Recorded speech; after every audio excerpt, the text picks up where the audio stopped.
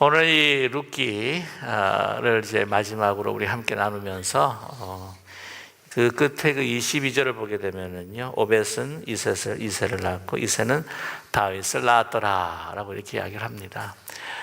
그래서 이제 다윗의 왕국을 통해서 또 이스라엘의 그 하나님께서 보여주시는 영광이 그 나타나는 그 크신 그 역사가 바로 이 참 목가적이고 연가적인 이 한 가정에서 일어나는 그러한 그 사건을 통해서 이제는 그 희망을 보게 된다라고 하는 것을 우리에게 말씀해 주고 있습니다. 아주 굉장히 이렇게 한 여인의 그 고통, 그 여인의 그 고통을 함께 하고자 하는 그 모압의 그 여인 룻에 대한 그 이야기. 그러나 그 아름다운 그 두 사람의 그 참 신실함과 또 그 은혜를 나누고자 하는 그 삶을 보면서 감동받았던 이 보아스라고 하는 사람이 또 그들에게 은혜를 베푸는 이 아름다운 관계 속에서 하나님은 그렇게 작은 시작을 통해 큰 하나님의 역사를 하나하나 이루어가고 있다고 하는 것을 결론적으로 우리에게 말씀해 주고 있습니다. 그럼 지난 시간 여러분께서 기억하시는지 모르겠지만은 이 나오미의 그 지혜를 통하여서 그 순종했던 그 룻이 이제 적극적으로 이 보아스에게 기업을 물어달라라고 이렇게 거의 청혼하듯이 이렇게 자신을 그에게 맡깁니다. 그래서 항상 늘 좋게 생각했던 이 보아스가 이제 그 룻을 아내로 맞이해야 되겠다라고 하는, 그래서 그 나오미와 또 룻의 그 기업을 내가 물어야겠다, 책임지고 또한 돌봐야 되겠다라고 하는 마음을 딱 가지고 아침 일찍이 떠납니다. 이 나오미가 그 돌아온 그 룻에게 그렇게 이야기를 하죠. 이제 우리가 할 일, 너가 할 일 이제 다 했다. 이제 이 보아스가 모든 일들을 다 이제는 진행할 것이다. 그러니까 너는 걱정하지 말아라. 이렇게 이야기를 합니다. 벌써 이 나오미가요, 많이 또 연륜이 있고 또한 그 풍습을 알고 또 그 고장의 사람들을 또 알기 때문에 이제 뭔가 다 이루어질 것들을 갖다 아마 예견했던 것 같아요. 그래서 넌 걱정하지 말아라. 보아스가 잘 해낼 것이다. 열심으로 너를 받아들이기 위해서 많은 애를 쓸 것이다 라고 이렇게 이야기를 했습니다. 이제 그 카메라가 어디로 이제 향하냐면 이제 보아스에게 향합니다. 보아스가 이제 어떻게 할 것인가 하는 것을 우리에게 보여주고 있습니다. 그럼 먼저요, 성문으로 이제 올라갑니다. 성문으로 딱 이제 올라가서 거기는 이제 사람들이 이제 통행이 가장 잦습니다. 그래서 이 통행이 가장 잦은 곳에 자기가 원하는 사람을 또한 만날 수가 있기 때문에 또 성문에 올라가게 되면 참 이렇게 잘 보여요. 저희 교회 같은 경우에는 제가 이렇게 여러분을 이렇게 쳐다보는 이제 구조라서 또 이렇게 너무 이렇게 파노라믹처럼 이렇게 했기 때문에 잘 안 보이는데, 보통 일반 보게 되면은 강대상에 딱 올라서면은요, 그 성도님들이 뭐 하는지 다 보여요. 자세도 다 보이고, 이제 높은 곳에 가면 항상 이렇게 그런 어드밴티지가 있는 것 같아요. 그래서 이렇게 찾고자 하는 사람들을 쉽게 찾을 수가 있습니다. 그리고 사람들은 하여튼 하루 생활을 하면서 어떻게 하든지 그 문을 한 번씩은 왔다 갔다 하기 때문입니다. 또한 그 밖에서 농사하는 사람들도 농사하다가 또한 저녁이 되게 되면은 다시 또 이렇게 문을 통해서 다시 성 안으로 들어오게 되고, 또한 성 안에서 하룻밤을 자고 거기서 집에서 자고 또 이게 성문 밖을 나와가지고는 농사일을 짓고, 가장 사람을 빈번한 그 트래픽이 많고 또 사람을 만날 수 있는 곳이 바로 성문이었고요. 또 한 가지는 뭔가 시시비비가 있을 때에 그것을 가리기 위한 법정을 여는 곳이 또한 성문이었기도 하였습니다. 왜냐하면 그 당시에 그 법정이라고 한다면 가장 사람들이 많이 모여서 그냥 공공적인 장소로 그렇게 삼아야 되기 때문에 그 무성문 그 앞에 사람들을 모아서 거기서 사실은 그 법을 또 시시비비를 또 가리게 된다고 하는 것이죠. 그래서 이제 묻습니다. 보아스가 이제 자기보다 먼저 이 룻과 그 나오미에 대해서 그 기업을 물을 수 있는 자기보다 더 순서가 먼저인, 그러니까 그 엘리멜렉에 있어서 자기보다 친척으로 치게 되면 더 가까운 촌수의 사람이 있었던 것 같아요. 근데 그를 이제 보아서 부릅니다. 근데 참 재밌는 한 사실은요, 그의 이름이 아무개가 아니에요. 아무개는 이름이 없는 거죠, 그죠? 예, 어떤 분은 이렇게 그 분의 이름이 또 아무개인 줄 아시는 분이 있어서 그게 아니라 이름이 없습니다. 어떤 사람이에요? 어떤 사람 아무개라고 그렇게 이야기를 하지 않습니까? 근데 왜 다른 사람들은 다 이름이 있어요. 뭐 이미 죽은 사람 말론, 기련 같은 사람들도 이름을 가지고 또한 죽었고요. 또 뭐 나오미, 르룻, 또 보아스 다 이름이 나타나는데, 오늘 여기에 나타나는 그 한 사람은 아무개로서 그 이름이 나오지를 않습니다. 근데 왜 이렇게 이름이 나오지 않을까 하는 것은 여러분 아마 좀 궁금하시겠지만, 나중에 제가 가면서 제가 생각하는 왜 이렇게 이름을 주지 않았을까 하는 생각을 갖게 됩니다. 그것을 여러분께도 나중에 한번 설명을 좀 해드리면 좋겠어요. 그래서 이제 보아스가 이제 그 성읍 10장로를 이제 청합니다.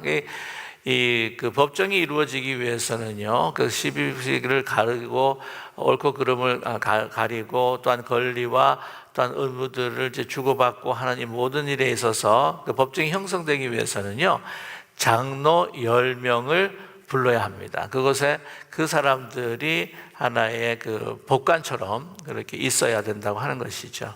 여러분, 10명이라고 하는 숫자가 이스라엘 백성들, 유다 사람들에게는 중요합니다. 아시죠? 예, 왜냐하면은 그 한 고장에 그 공회당을 세우기 위해서는요, 앨리스트 10가정이 있어야 된다고 합니다. 그것이 쭉 보게 되면은 그 유래가 그 아브라함, 하나님께서 찾으셨을 때 아브라함 소돔과 고모라를 멸하시겠다라고 했을 때에 몇 명까지 갔었죠? 10명. 예, 그 성 안에 10명의 의인이 있으면 그냥 두도록 하겠다라고 하나님께서 약속을 하시죠. 거기에 아마 기인한 것 같습니다. 그래서 이제 10명의 이제 장로, 그래서 장로라고 한다면은 그 말 뜻을 보게 되면은요, 이게 수염이 긴 사람입니다. 그래서 보통 우리 조선 시대도 제가 새벽기도 때도 한번 이야기를 했었는데, 그 수염이 이제 긴 사람이 원래 이렇게 나이가 더 많은 것을 표시하는 것으로 이렇게 나타나 있고요. 또한 그 조선 시대 같은 경우에도 이렇게 그 수염이 없으면 결혼하지 않은 그러한 총각이다라고 하는 것을 나타내고 있다고 하죠.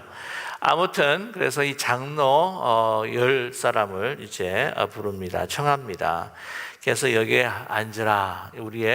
내가 이야기하고자 하는 일이 있어서 너희들이 또한 법관이 되어주고 이것을 저지해 주기를 원한다 하는 것이었습니다. 그래서 그 앞에서, 그러니까 사람들이 아마 많이 모였을 거예요. 뭐 하도 이렇게 거기가 많은 사람들이 왔다 갔다 하는 것도 있겠죠. 그래서 보아스가 그 기업 물을 자에게 묻습니다. 모압 지방에 돌아온 나오미가 있는데 형제 엘리멜렉의 소유주를 팔려 함으로, 이미 판 것보다는 이제 팔아서 자기의 생활을 해야 될 것이라고 생각을 해서 아마 팔려고 하는데, 이게 기업 물을 자가 있다고 한다면 그것을 이제 대신해서 사주고 그 사람들을 또한 돌봐줘야 하는 그런 책임들이 있기 때문에 네가 그것을 네가 그 기업 물을 첫 번째 사람이다라고 하는 것을 알려주고 있어요. 그래서 이제 뭐냐면 4절 말씀 보게 되면요, 여기 앉아 있는 이들과 내 백성 장로들 앞에서, 그래서 이 장로들뿐만 아니라 이제 많은 사람들이 이제 많이 몰려왔고 아마 앉아 있었던 그런 상황이었을 것입니다. 그래서 이제 이런 거죠. 너가 그 밭을 사면서 또한 그 나오미 사는 어떤 기업을 묻지 않는다면 내가 그것을 사서 내가 기업을 묻고자 하겠다라고 하는 것이죠. 자, 그러니까 그 사람이, 왜냐하면 너가 먼저다, 내가 다 다음이다 라고 이야기하는데, 여기서 이 보아스가 생각하는 계획이 조금 삐뚤어집니다. 이 사람이 기업을 안 묻겠다 하면 딱 좋겠는데 어떻게 해요? 나 살게. 이거 사면은 내가 자산도 더 넓어지는 거고. 굉장히 이 본문에는 안 나타나 있지만은 막 땀 흘리고 굉장히 긴장이 됐을 거예요. 아니 내가 바라는 것이 결코 아닌데 속으로는 당신이 노라고 해야 되는데 왜 예스라고 하느냐. 그래서 다시 한번 이야기합니다. 네가 그렇게 땅을 산다고 하는 것, 그걸 책임을 진다고 하는 것이 널 잘 모르는 것 같은데 사실은 그렇게 하는 것이 어떤 것이냐라고 하는 것을 다시 설명해 줘요. 5절에 보면은요, 보아스가 이르되 내가 나오미의 손에서 그 밭을 사는 날에 곧 죽은 자의 아내 모압 여인 룻에게 사서 그 죽은 자의 기업을 그 이름으로 세워야 할지니라. 이게 무슨 말씀이냐면은요, 그걸 사게 되게 되면은 그 룻을 너의 아내로 삼고 또 나의 아내로 삼았을 때 자식이 낳게 되면은 그 자식은 그 사람의 자식이 아닌 거예요. 말론의 자식, 더 나아가서 엘리멜렉의 그 후손이라고 그렇게 세워야 된다는 거예요. 자기 자식이 아닙니다.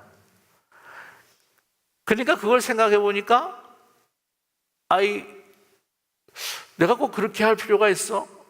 그러다가 이 땅뿐만 아니라 잘못하다가 또 그 아이에게 자기 재산도 혹시나 나가지 않을까 싶은 생각 가운데에서 자기는 안 하겠다는 거예요.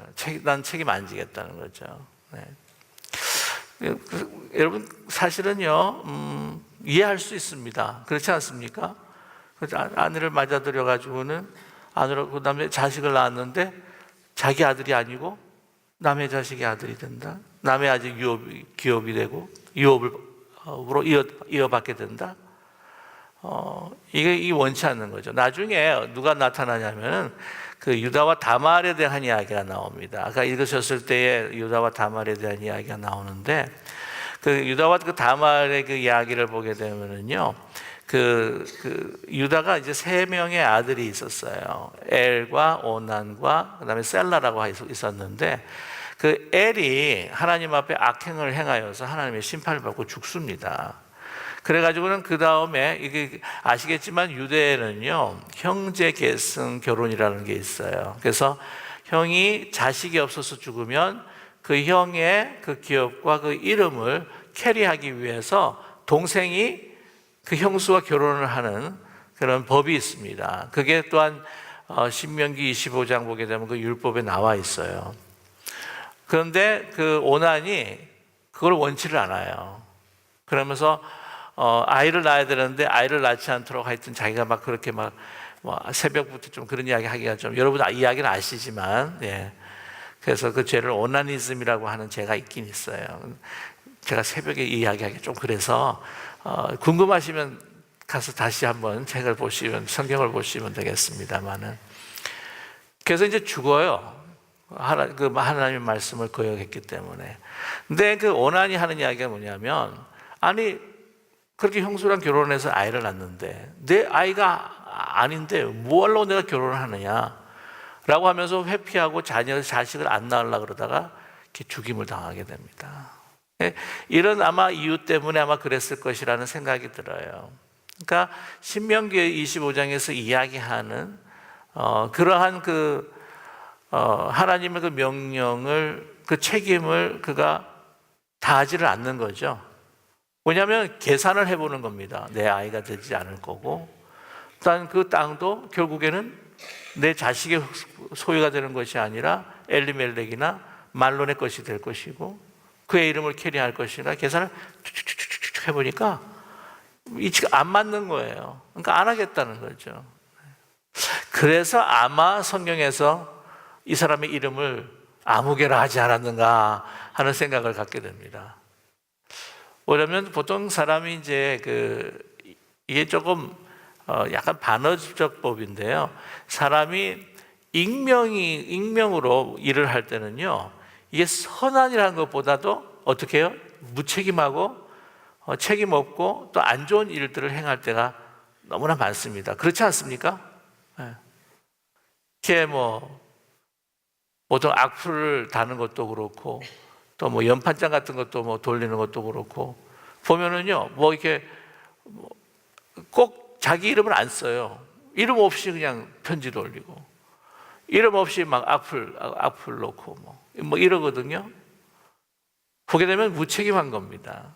그리고 굉장히 어떤 도덕적이고 참 좋은 일들을 행하는 것이 아니라 익명을 가지고 있어, 익명성이면 그렇지 않다고 하는 것이죠. 그리고 이걸 어떻게 보면 반대로 이 성경은 우리에게 보여주는 것 같아요. 이렇게 좀 물론 이해는 하지만 이렇게 좀 물론 그가 노를 했기 때문에 보아스에게는 좋아요. 보아스에게는 좋지만 그래도 자기가 책임을 물어야 되는데도 불구하고 계산을 하면서 책임을 묻지 않는 무책임한 그러한 그 사람에게는요, 이름을 성경이 주지를 않는 거예요. 일단 그렇지 않을까 하는 생각을 그냥 추측을 해보았습니다. 그렇게 맞는 겁니다 라고 제가 이야기하는 건 아니에요. 그렇게 한번 제가 추측을 해보았습니다. 그러니까 속으로는 보아스가 어떻게 했어요? 휴 하면서 잘 됐다 그렇게 생각을 했을 겁니다. 그러면서 이제 네가 책임을 안 묻고 그 모든 것을 나한테 넘기겠다라고 하는 것을 확증을 짓자라고 하는 것이 이제 7절에 나오고 있죠. 옛적 이스라엘 중에는 모든 것을 물으거나 교환하는 일에 확정하기 위하여 사람이 뭘 한다고요?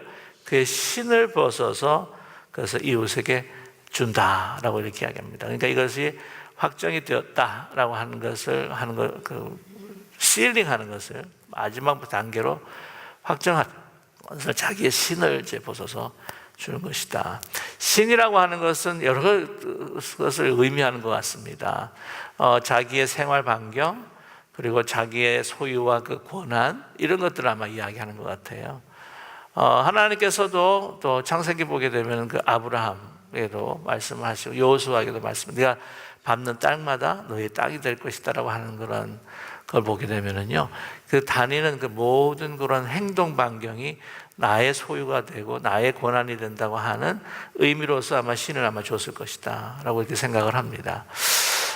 그리고 이제 또 이 신에 대한 이야기가 나오고 또 그 형제 계승의 결혼이라고 하는 그 면에서 보면은요, 조금 다른 의미도 있을 수가 있긴 있는데 또 유사한 의미이기도 합니다. 그 신명기 25장을 보게 되면은 어떤 게 있냐면은 만약에 그 형이 자식이 없어서 이제 죽게 되었는데, 근데 그 형수와 결혼을 해야 되는데 결혼하지 않잖아요. 그러면은 오늘처럼 성문에서 이제 열 장로를 이렇게 부르는 거예요. 누가 부르냐면 그 여인이 부릅니다. 불러가지고 그 자기 시동생을 갖다가 앉혀놓고 장로들한테 고합니다. 아니, 분명히 이 사람이 그런 책임을 가지고 그 율법을 지키면서 나를 아내로 삼아서 그 낳은 자식을 통해 형님의 그 기업을 계속해서 이어가야 하는데 이 사람이 내 시동생이 거부합니다. 그러면은 이 있는 그 장로님들이 어떻게 이야기하면 장로들이 한번 권면을 해요. 그러면 안 되지. 이건 율법이 정한 건데 이거 해야 되지 않냐. 그렇게 권면을 하는데도 불구하고 저는 안 합니다 그러잖아요. 그러면 어떻게 하냐면 그 여인이 어떻게 할 수 있냐면은 그 얼굴에다 침을 뱉습니다. 침을 탁 뱉어요. 뱉어가지고는 그 다음에 어떻게 하냐면 그 시동생의 신발을 확 뺏어버립니다. 그러면은 그 장로들이 하는 이야기가 이제부터 너희 집안은 신발을 빼앗긴 가족이다 라고 명할 것이다, 그렇게 이야기를 합니다. 그러니까 신발이라고 하는 것이 자기가 갖고 있는 어떤 책임, 권한, 소유라고 하는 의미가 있다고 하는 것을 우리가 알 수가 있는 것이죠. 자, 아무튼 그래서 그 기업 물을 자가 보아스에게 자기의 신발을 주게 된다고 하는 것이죠. 그래서 이제는 정식으로 이제 보아스가 장로들에게 이릅니다. 이 엘리멜렉과 기럨과 말론에 있는 모든 것을 9절의 말씀이죠. 나오미 손에서 산 일에 너희가 모든 증인이 되었다 라고 그렇게 이야기를 합니다. 자, 저만 너무 이야기하는 것 같아서 좀 그래서 우리 10절, 여러분께서도 지금 다시 그 시대로 이제 가서 여러분께서 증인이 되시면 좋겠다는 생각이 드네요. 우리 10절 우리 같이 한번 읽겠습니다. 또 말론의 아내 모압 여인 룻을 사서 나의 아내로 맞이하고 그 죽은 자의 기업을 그의 이름으로 세워 그의 이름이 그의 형제 중에 그곳의 성문에서 끊어지지 아니하게 하매 너희가 오늘 증인이 되었느니라 하니. 네, 이렇게 기업을 물러주는 것은요, 죽은 자에 대한 가장 최고의 환대입니다. 여러분, 인생에 있어서 가장 슬픈 것이 무엇일까요? 사람이 잊혀진다는 거죠. 사람이 잊혀져서 나 혼자다. 특별히 죽은 사람들은 세월이 지나면 잊혀진다고 할 때에 그만큼 사실 이스라엘 백성들에게는요, 그거는 2번 죽이는 일이다 라고 이렇게 이해를 하고 있습니다.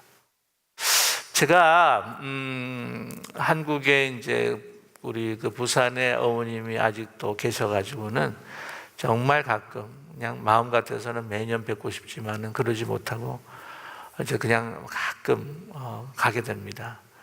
보통 제가 한 2017년도 초에 제가 한번 갔다 오긴 했는데, 가게 되면은 이제 아버님 산소를 꼭 들려요. 아버님 산소를 꼭 들리게 되는데, 물론 이제 아버님께서는 뭐 주님과 함께 계시지만 그 영혼이 가게 됩니다. 그 아버님을 가장 또한 잘 기억할 수 있는 또 곳이라고 생각을 해요. 안타까운 건 뭐냐면은요, 요즘 같은 경우에는 이제 그 묘지들을 이제 형성을 하게 되면은 거기에 그 돌봐주는 곳들이 있어가지고는 그 자식들이 가서 이렇게 벌초를 안 해주고 돌봐주지 않아도 어떻게 하죠? 보통 돈만 이렇게 일정 금액을 내게 되면은 항상 돌봐주고 깨끗해요. 그렇지 않습니까? 근데 저희 아버님 그 묘소는요, 그런 게 없었어요. 그래가지고는 아주 일찍 전이기 때문에 가보면은요, 그냥 잡초가 무서운 무덤들이 있어요. 그게 뭐냐면은 자녀들이 한 번도 가서 제대로 그거를 벌초를 못 해준 거예요. 그러니까 그걸 보게 되면 여러분 어떻겠습니까? 그걸 보면 제 마음이요, 많이 슬퍼요. 왜? 무덤이라고 하는 것 자체가 벌써 그 망자의 곳인데, 또 막 수풀이 그 우거지고 잡초가 우거지게 되면 잊혀버려져. 한 번 더 잊혀버려진. 그래서 이렇게 보니까 2번 죽는 거랑 마찬가지구나 하는 생각을 갖게 되었습니다. 그래서 요즘에는 이렇게 자녀들이 멀리 떨어져서 살고 하다 보니까 요즘은 자기가 이렇게 묻혀도 잘 돌봐주지 않을 것 같기도 하고, 한국은 땅도 모자라고 그러니까 어떻게 하죠? 주로 화장을 많이 하죠. 화장. 그래서 아주 좋은 납골당에다가 이렇게 모시고 하는 경우가 많은데, 아니면 이제 수목장으로 해서 수목에도 뿌리기도 하고, 또 유원에 따라서 또 바다나 강물에 뿌리기도 하고. 그거 보게 되면 아예 돌봐주기가 힘들다고 생각한다면 그것이 낫지 않을까 하는 생각도 해보게 됩니다. 제가 다른 좀 이야기를 좀 드렸던 것 같은데요, 오늘 말씀을 보게 되면은 정말 도울 힘이 없는 죽은 자까지도 기억하면서 그 사람이 책임을 못 다해서 그 죽는 순간에 남겨놔야 할 아내, 요즘은 뭐 여성들이 워낙 또 이렇게 경제 활동도 많이 하고 뭐 어떤 남자보다 더 나을 때가 있기 때문에 좀 그렇지는 않은데, 제가 아는 우리 젊은 목사님, 참 일찍 젊은 나이에 가시는데, 가시면서 아내한테, 사모님한테 그랬대요. 내가 당신하고 검은 무리가 팥뿌리 될 때까지 못 살아줘서 너무너무 미안하고, 나는 천국에 가기 때문에 좋은 곳으로 가지만 여기서 당신 고생할 거 생각하니까 내 마음이 저려옵니다. 그렇지만 당신은 어떤 여성보다 강하니까 내가 그래도 크게 걱정 안 하고 갑니다. 그렇게 이야기하셨대요. 사모님이 섭섭하시더래. 그렇게. 그래도 많이 걱정하고 가면 좋겠는데 없이도 잘 살 수 있구나 생각을 하는구나, 뭐 그런 생각을 하셨다고 그러네요. 아무튼 근데 그 죽어가는 그 순간에 남겨둬야 될 그 아내, 또 그거를 얼마나 가슴 아파했을까. 그러나 그를 기어 물어주고 그 여인을 돌보아주고 또한 죽은 자기의 그 이름을 다시, 이게 여러분 우리가 기억하고 이렇게 환대한다는 것은요, 조금 다른 개념의 어떤 부활이다라는 그런 생각을 갖게 됩니다. 우리가 기억에서 사라지게 된다고 한다면 그것은 또 다른 죽음이지만, 그 사람의 그 이름을 기억하면서 그 사람이 못다한 이 땅의 그 일들을 책임져 주면서 함께 해주면서 그 가족들을 돌봐주고 그 이름을 통하여서 그 사람들이 살아가게 할 수 있고 그 이름을 통해서 후손을 해줄 수 있다는 것은요, 참 그 보면 그 결혼의 그 관습, 뭐 형수를 데려오고 하는 건 조금 우리 현대 입장에서는 좀 이상하게 좀 이렇게 보이지만, 좀 이상하게 안 좋게 보이지만, 그러나 그 정신이라고 하는 것은요, 얼마나 하나님이 우리 불쌍한 인간을 돌보시고 우리를 인도하시고 자비와 은혜 가운데에서 우리를 그렇게 사랑하시는 그 마음이 바로 그 하나님의 그 명령과 관습에, 이스라엘의 관습에 들어가 있다고 하는 것을 우리는 발견하게 된다고 하는 것이죠. 그러면서 오늘 보면은요, 다들 기뻐합니다. 기뻐하면서 오늘 11절 말씀을 보게 되면은요, 그 백성들과 장로들이 축복합니다. 보면은 여인으로 이스라엘의 집을 세운 라헬과 레아의 두 사람과 같게 하고 내가 에브라스 유력하고 베들레헴에게서 유명하게 하시기를 원하며, 그렇게 이야기하죠. 여러분 아시지만 그 야곱의 가장 중요했던 그 아내 두 사람이 누굽니까? 라헬과 그리고 레아입니다. 그만큼 그 이스라엘에 주신 그 축복처럼 너희들을 축복하실 뿐만이 아니라 또한 베들레헴은 에브랏이랑 마찬가지입니다. 이 에브랏 베들레헴에서 정말 우리를 삶을 풍족해 해줄 수 있는 그러한 훌륭한 그러한 가족과 사람들이, 유명한 사람들이 되기를 원한다라고 이렇게 그들을 축복하고 있습니다. 12절의 말씀을 보게 되면은요, 어떤 축복이 있냐면 여호와께서 이 젊은 여자로 말미암아 내게 상속자를 주사 내 집이 다말이 유다에게 낳아준 베레스의 집과 같게 하시기를 원하노라. 왜 같이 이렇게 뜬금없이 유다와 다말의 이야기가 나오고 또한 베레스의 이야기가 나오는가, 여러분 아마 궁금하실 겁니다. 보게 되면은 조금 이 운명이 루카 다말이 좀 비슷하다라고 하는 생각이 이제 들게 되지 않습니까? 이 다말 아시지만 아까도 좀 소개를 했지만은 나중에 이제 오난이 이제 죽고 난 다음에 셀라 자기 마지막 아들이 아주 좀 적었던 것 같아요. 아주 어려서 이야기합니다. 친정이 좀 가 있으라고. 이 셀라가 자랄 때까지 기다렸다가 다 장성하면 어느 정도 크면은 내가 부르겠다. 근데 부르지 않으려고 하는 거예요, 사실은. 이건 핑계였습니다. 그런 생각이 들었던 것 같아요. 그 엘의 그 기업을 계속해서 이어받도록 하는 것보다는 이제 그 두 아이가, 자기 두 아들이 다 죽으니까 이 셀라에게도 하게 되면은 이 셀라도 혹시 죽임을 당하지 않을까? 여러분 참 우리 그 옛날도 그렇고 뭐 우리 저희 할머니 시대도 그렇고 이렇게 그 과부들한테 하는 아주 그게 아닌데, 그게 진실이 아닌데 막 뭐 혹독한 이야기를 하잖아요. 아시죠? 왜 뭔지. 뭐 남편을 뭐 어떻게 했다. 셀라랑 결혼시키게 되면 셀라도 죽는 것이 아닐까 하는 그 두려움 때문에 결혼을 안 시켰던 것 같아요. 그래서 이렇게 그 핑계를 대면서 친정으로 가라 그랬는데, 여러분 그 이야기 나중에 보시게 되면은 자기가 어떻게 하든지 그 엘의 그 기업을 왜 자기가 가서 다른 남자랑 또 결혼을 할 수도 있고요. 친정에 살면서 아버지 밑에서 또 살 수도 있고, 다 어떤 보호막 같은 경우에는 사실 다 쳐져 있는 상황인데 굳이 그렇게 했다고 하는 것은 엘이라고 하는 자기 남편의 그 이름을 기억하게 하면서 하나님께서 명령하신 것들을 이루고 그 유다의 그 집안을 후손을 위해서 자기가 이것은 꼭 내가 해야 할 의무가 있고 또한 책임이 있다고 하는 것을 아마 가졌을 것이라 저는 그렇게 생각을 해요. 그래서 자기가 오해받을 정도로 거리에 창녀처럼 해서 그 시아버지를 또한 또 유인을 하고, 또 그래서 나중에 아이를 낳고, 소문에 당신의 그 친정에 있는 다말이 이제 임신을 했는데 이거는 간음한 것이 아니냐, 돌로 쳐 죽여야 되지 않느냐. 그래서 불러가지고 보니까, 아니 아시겠지만은 그 도장과 또한 그 지팡이가 바로 자기의 것인 것을 알고, 그 다말이 가지고 있는 아이가 누구예요? 자기의 아이라고 하는 것을 알게 되지 않습니까? 참 구약은요, 우리가 참 이해할 수 없는 많은 이야기들이 있는데, 여러분 그런 관습들은 우리가 좀 이해할 수 없지만 그 정신, 여러분 우리가 깊이 봐야 될 것은요, 그 안에 있는 의미와 그 정신이라고 하는 거죠.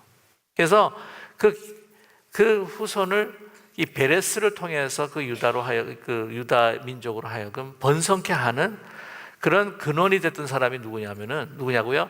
다말입니다. 그 유다가 뭐라 그래요? 자기 며느리 보고 잘못했다고 그럽니까? 아니죠. 네가 옳도다. 네가 바른 일을 행했다. 다말에게서는요, 신명기에서 하나님께서 말씀하신 그 일을 사실은 한 것이나 마찬가지죠. 그 신명기는 물론 그 다음에 있었던 이야기지만,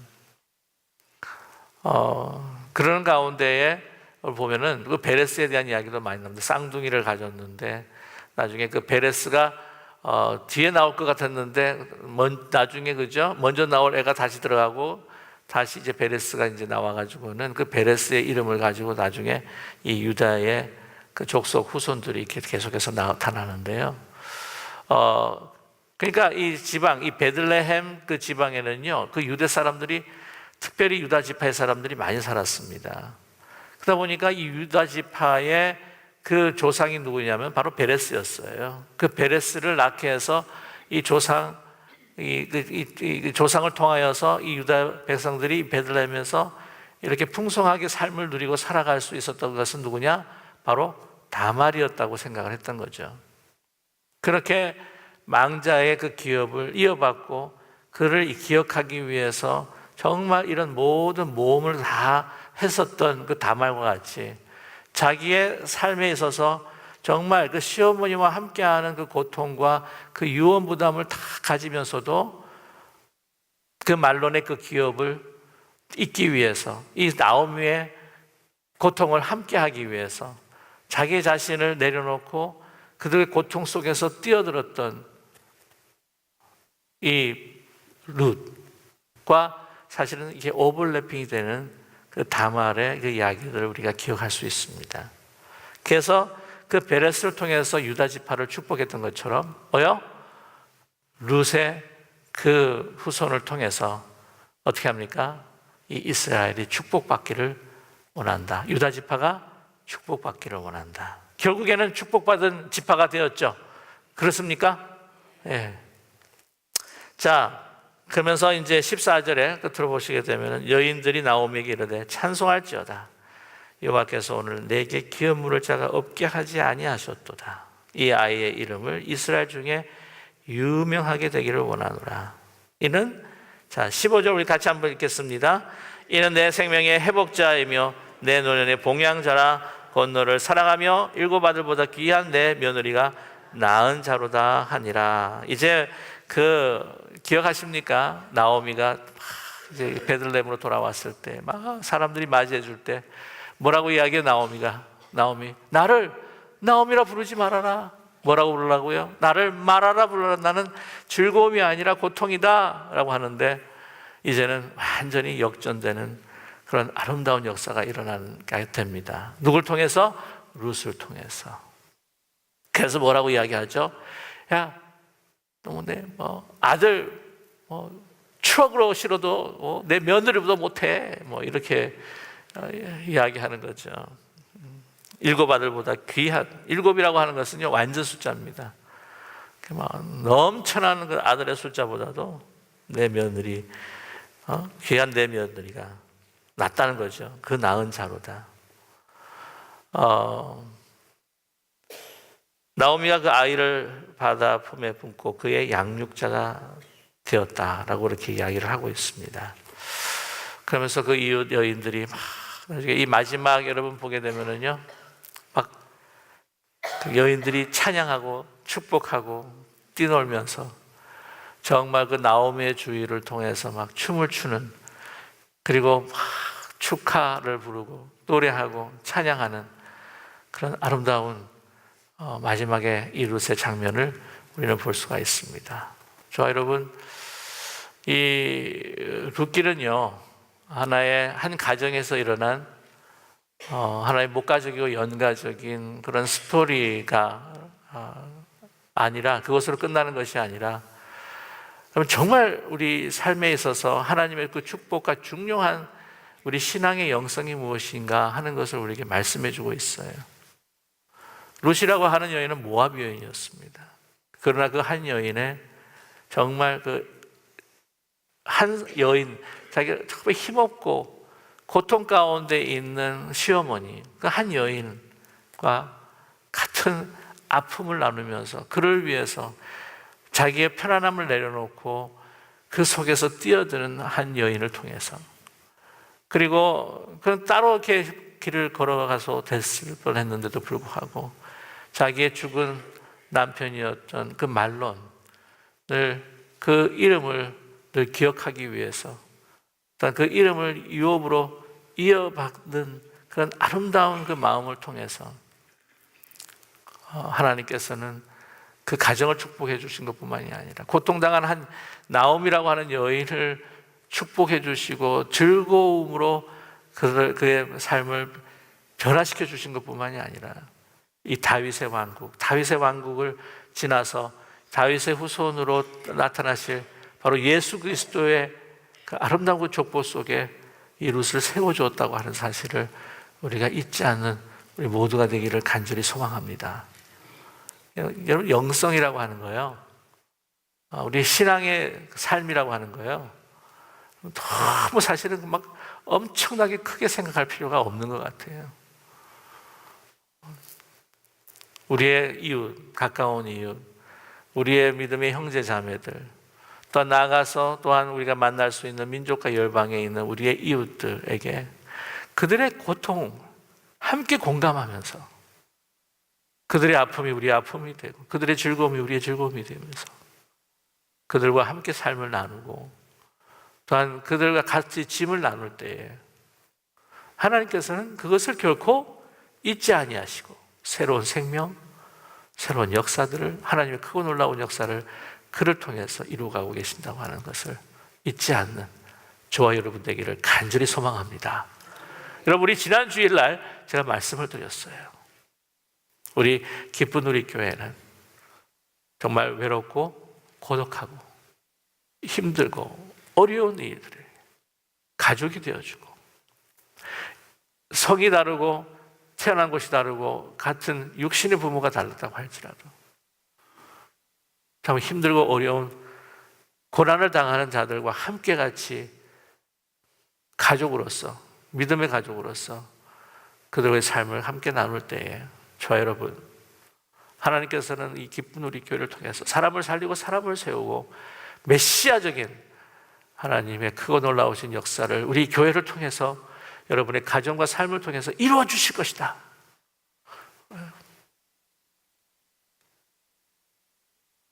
라고 하는 분명한 확신을 가지고 살아가는 저와 여러분 되시기를 주님의 이름으로 간절히 축원합니다.